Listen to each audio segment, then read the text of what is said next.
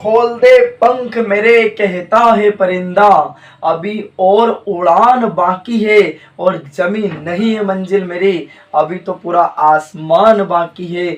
जय हिंद प्यारे बच्चों, एक बार फिर स्वागत है आप सभी का आपके अपने YouTube चैनल स्पाइरल दीपक में। प्यारे बच्चों, जैसा कि आप सभी जानते हैं कि पिछली क्लास में हमने जो है प्रश्नावली 7.2 के 5 सवालों को हल कर लिया था, और आज की इस क्लास में प्यारे बच्चों प्रश्नावली 7.2 को संपूर्ण हम समाप्त कर लेंगे, और इसी के साथ साथ पूरा अध्याय भी आज की क्लास में हम समाप्त कर लेंगे। तो प्यारे बच्चों, जैसा कि आप स्क्रीन पे देख पा रहे हैं, प्रश्न क्रमांक 6 और 7 को हम पहले हल करेंगे, और जो है फिर उसके बाद में आगे के सवालों को देखेंगे। जैसा आप सब जानते हैं कि हम केवल और केवल एग्जाम ओरिएंटेड क्वेश्चन डिस्कस करेंगे, जो कि एग्जाम में पूछे जाते करेंगे तो सभी, है ना, पर जो एग्जाम ओरिएंटेड है उनको ज्यादा फोकस करके करेंगे, है ना। तो एक एक सवाल को ध्यान से समझना और क्लास के अंत तक हमारे साथ बने रहिएगा। तो देखिएगा प्यारे बच्चों, प्रश्न क्रमांक 6 में क्या कहा गया, ध्यान से सुनना। प्रश्न क्रमांक 6 में जैसा कि आप स्क्रीन पे देख पा रहे हैं, यदि बिंदु 1,2 4,y x, 6 और 3,5 इसी क्रम में लेने पर एक समांतर चतुर्भुज के शीर्ष हो तो x और y ज्ञात कीजिए। x और y का मान ज्ञात करना है। तो प्यारे बच्चों, सबसे पहले अपन ने बनाया एक समांतर चतुर्भुज। ये मान लो हमने बना लिया एक समांतर चतुर्भुज, नाम दे दिया इसका A, इसका नाम B, इसका नाम C और ये इसका D। अब हमने इससे इसको ज्वाइन कर दिया, मिला दिया, और इससे इसको मिला दिया। क्लियर। अब बिंदु A के निर्देशांक क्या है, 1,2। बिंदु B के निर्देशांक क्या है, 4,y। बिंदु C के निर्देशांक क्या है, x, 6, और बिंदु D के निर्देशांक क्या है, 3,5। तो अपने को बताना है x और y का मान। तो हमने कहा भैया ध्यान से सुनना, सवाल नंबर 6 हमने मान लिया, माना बिंदु A ऑफ कितना दे रखा है, 1,2, B ऑफ कितना दे रखा है, 4,y, और C ऑफ कितना है, x, 6, और D ऑफ हमें दे रखा प्यारे बच्चों, D ऑफ जो है 3,5 है। क्या बात समझ में आ गई सबको। चलिए वैल्यूज रखेंगे, इनके मान देखेंगे किसका क्या है। x1 का मान हो गया 1, y1 का मान हो गया 2, x2 का मान हो गया 4, और y2 का मान हो गया y, x3 का मान हो गया x, y3 का मान हो गया 6, और x4 का मान हो गया प्यारे बच्चों 3, और y4 का मान हो गया 5। क्या बात समझ में आ गई। अब आप सब जानते हैं समांतर चतुर्भुज के विकर्ण एक दूसरे को जो है प्रतिच्छेद करते हैं। बात समझ में आ गई। ये प्रतिच्छेद करना है इसका विकर्ण, तो कुछ भी नहीं करना है आपको। इसका विकर्ण कौन सा है, एक तो AC है और एक क्या है BD। बस इनके मध्य बिंदु निर्देशांक निकाल दो। तो हमने कहा चूंकि विकर्ण AC के मध्य बिंदु निर्देशांक, विकर्ण AC के मध्य बिंदु निर्देशांक है ना, बराबर क्या, विकर्ण BD के मध्य बिंदु निर्देशांक। लिख दोगे। तो अब मध्य बिंदु निर्देशांक का सूत्र क्या होता है सर, दोनों को जोड़ के 2 का भाग। तो प्यारे बच्चों यहाँ पे देखो, एक तो पहला है और एक क्या है तीसरा, गिनती आती है 1 2 3 4, मतलब पहले और तीसरे को जोड़ के 2 का भाग, दूसरे और चौथे को जोड़ के 2 का भाग। तो ध्यान समझना क्या हो जाएगा, x1 प्लस x3 बटे में 2, y1 प्लस y3 बटे में कितना 2। आगे बढ़ेंगे है ना, इसमें आएंगे, ये दूसरे नंबर पे, चौथे पे दोनों को जोड़ दो, x2 प्लस x4 बटे में 2, y2 प्लस y4 बटे में कितना 2। आगे बात समझ में। अब ध्यान से सुनना प्यारे बच्चों, x1 का मान टीप के लिखो कितना 1, प्लस x3 का मान कितना x, बटे में कितना 2, y1 का मान कितना 2 प्लस y3 का मान कितना 6 बटे में कितना 2। बराबर पे गए हम, बराबर में क्या है x2 का मान क्या है 4 प्लस x4 का मान क्या है 3 बटे में 2, कोमा बात करेंगे y2 का मान है y प्लस y4 का मान है 5 बटे में कितना 2। x y का मान पूछा, अब समझना भाई, 1 प्लस x बटे 2 ऐसा का ऐसे, 6 और 2 कितना हो गया 8 बटे 2 बराबर क्या हो गया 4 और 3 7 बटे 2, कोमा y प्लस 5 बटे 2। अब इनकी कर देंगे बेटा तुलना, x वाले की तुलना इसके साथ कर देंगे और y इस वाले की तुलना y वाले के साथ कर देंगे ना। तो हमने लिखा भैया ऑन कंपेयर है ना, तुलना करने पर, तुलना कर देंगे प्यारे बच्चों। तो ध्यान सुनना, नहीं भी लिखोगे तो चलेगा, डायरेक्टली तुलना कर दो, इसकी तुलना इससे और इससे कंपेयर कर दो ना। तो क्या हो जाएगा 1 प्लस एक्स बटे 2 बराबर 7 बटे 2 और 8 बटे 2 बराबर y प्लस 5 बटे में कितना 2। अब ध्यान सुनना बेटा, ये 2 बटे में इसके गुणे में जाएगा, नहीं कि 2 से 2 कट जाएगा, इस 2 से ये 2 कट जाएगा। अब ध्यान से सुनो, बचा क्या है अपने पास। आप कहोगे गुरुजी अपने पास बचा 1 प्लस एक्स बराबर 7 है ना, और क्या बचा अपने पास में, और अपने पास बचा 8 बराबर y प्लस के 5। 7 को इधर, इस 1 को लेके जाओ उधर, प्लस है तो क्या हो जाएगा माइनस का 1 और मतलब 8 ऐसा कैसे 5 को ला प्लस है तो माइनस का 5 बराबर y। तो 1 से बराबर 7 से 1 घटाओगे क्या बचेगा 6 और y बराबर 8 में से 5 घटाओगे 3। ये आ गया सवाल का करेक्ट आंसर।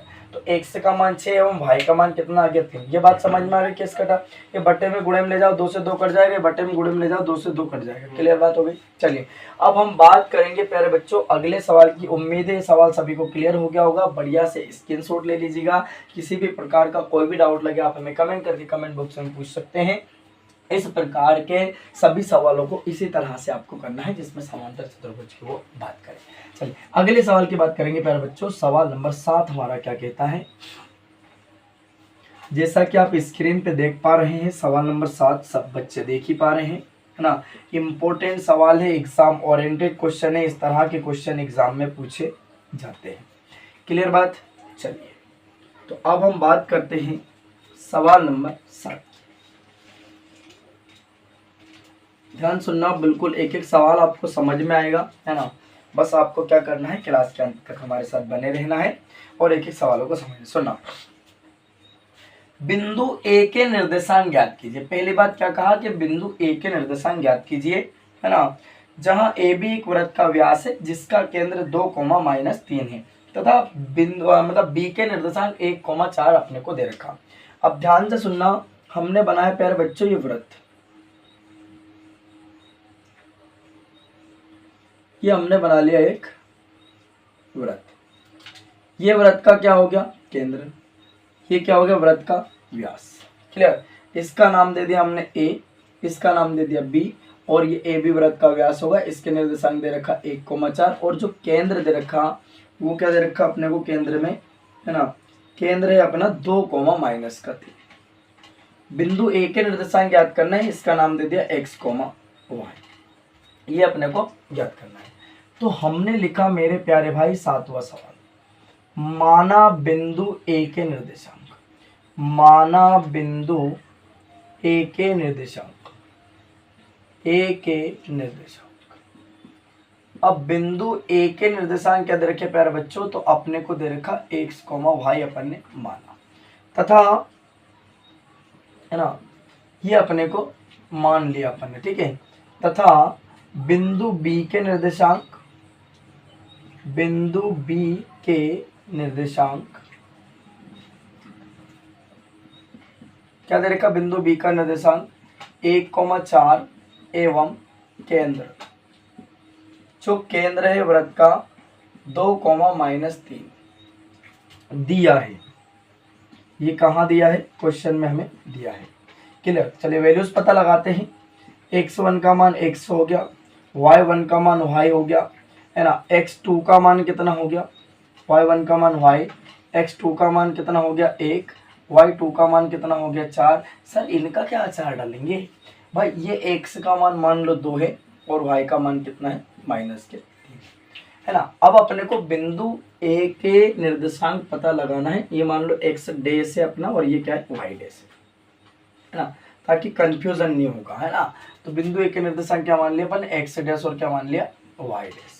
क्लियर बात हो गई, यहाँ तक कोई परेशानी नहीं होना चाहिए। x डैश का मान y डैश का, नहीं तो आप बोल दोगे सर x y का मान पता करना होती है, यही लिखा बात समझ में। तो हमने कहा भैया बिंदु के जो निर्देशांक है विभाग, अब ये जो केंद्र है ये बीच में है, मध्य में है, तो मतलब मध्य बिंदु निर्देशांक का फॉर्मूला लग जाएगा।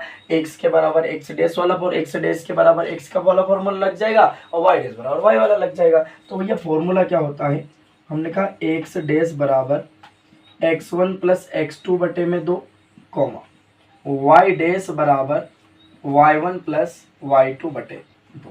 क्लियर। अब बताओ x डैश का मान कितना आपको गुरुजी 2 है, x1 का मान कितना है 1 से है ना, प्लस x2 का मान कितना है 1 बटे में कितना 2, y डैश का मान क्या है -3, y1 का मान क्या है y प्लस y2 का मान क्या है 4 बटे में कितना 2।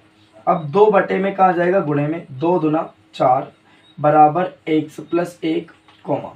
अब यहाँ पे हम देख पा रहे हैं -2, ये 2 बटे में 3 गुणे में जाएगा 2 3 6 बराबर y प्लस 4। अब संख्या एक तरफ कर लो, 4 ऐसा कैसे 1 को लाए प्लस से तो -1 बराबर 1 से, -6 ऐसा कैसे 4 को लाए प्लस से तो -4 बराबर y।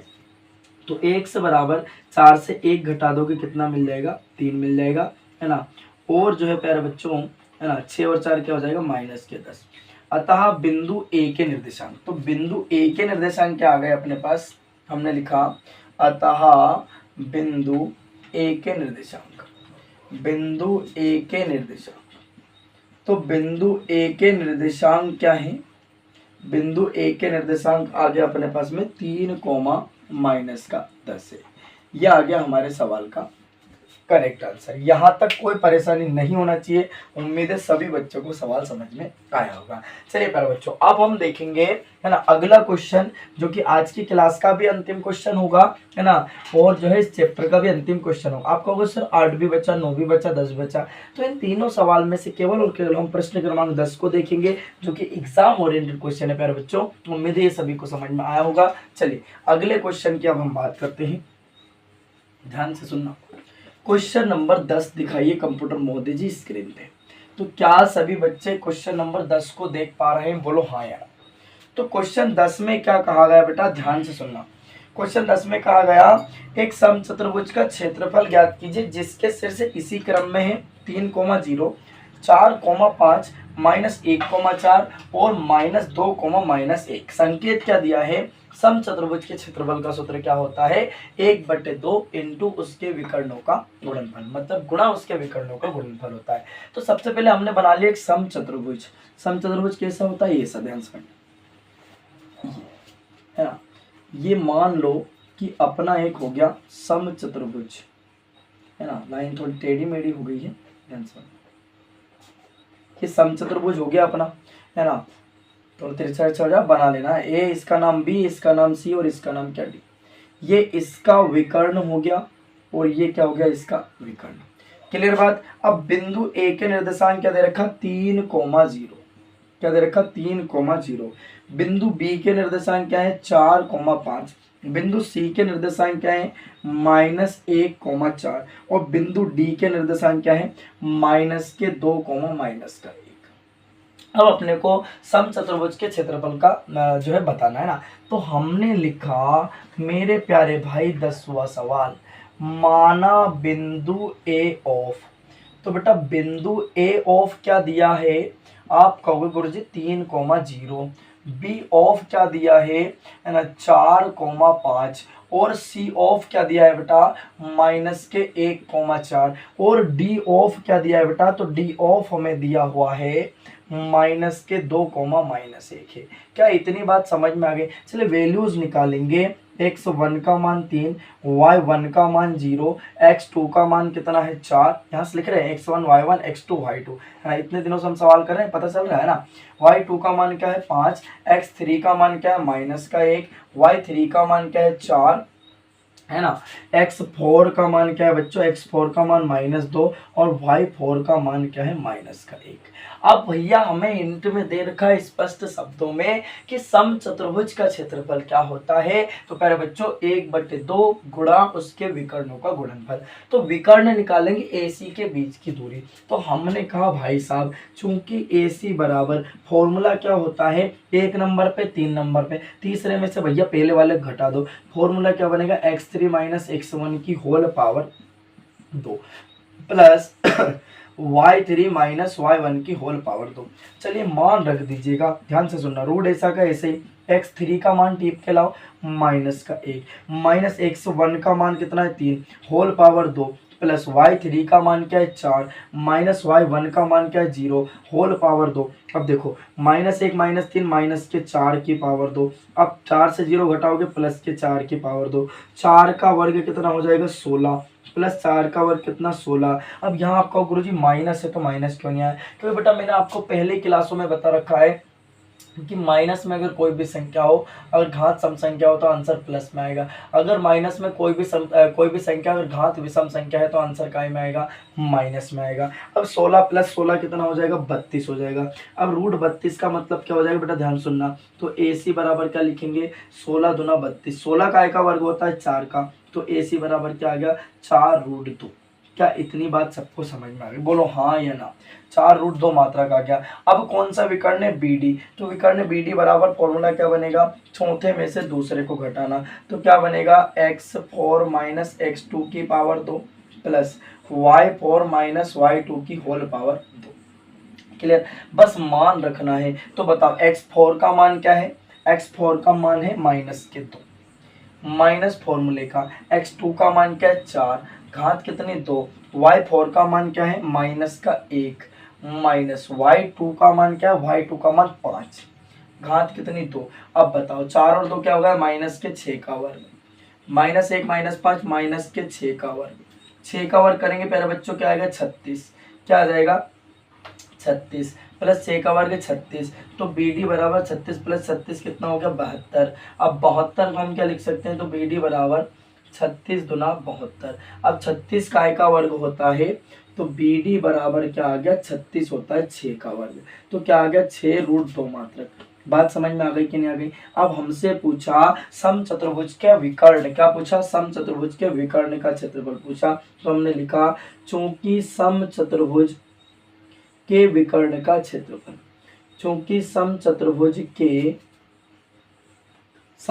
का क्षेत्रफल, समचतुर्भुज का क्षेत्रफल हमसे पूछा। क्या होता है सूत्र, 1/2 इंटू उसके विकर्णों का गुणनफल। तो विकर्ण कौन कौन से बेटा, एक तो AC है और एक क्या है BD। तो हमने लिखा AC गुणा क्या BD। अब ध्यान से सुनना प्यारे बच्चों, 1/2 ऐसा का ऐसे ही।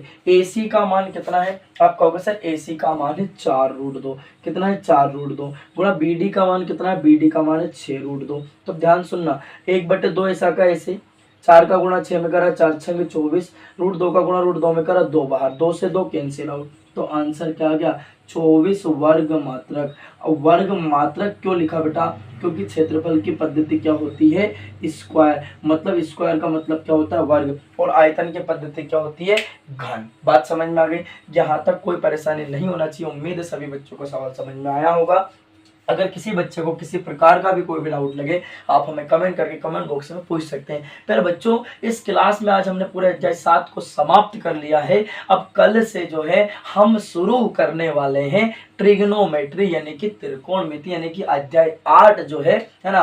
तो क्लास को अटेंड करना ना भूले, क्लास को जरूर देखें, है ना। अगर क्लास अच्छी लगी हो तो क्लास को लाइक शेयर और चैनल को सब्सक्राइब जरूर कर लें, ताकि आने वाली क्लास की नोटिफिकेशन जो है बच्चे सबसे पहले आपको मिल सके और आप भी मन लगा के पढ़ाई कर सकें, है ना। अगर किसी भी प्रकार की कोई भी समस्या हो, आप हमें कमेंट करके कमेंट बॉक्स में बता सकते हैं, हम आपके साथ खड़े हैं। क्लियर है। तो बेटा अब मिलते हैं अगली क्लास में, तब तक के लिए आप स्वस्थ रहिए, मस्त रहिए, हंसते रहिए, मुस्कुराते रहिए। मिलेंगे अगली क्लास में अगले अध्याय के साथ और भी बेहतरीन सवालों के साथ, है ना। पहली क्लास में हम कॉन्सेप्ट समझेंगे, फिर हम करेंगे सवालों को। मिलेंगे अगली क्लास में, तब तक के लिए जय हिंद, वंदे मातरम, भारत माता की जय।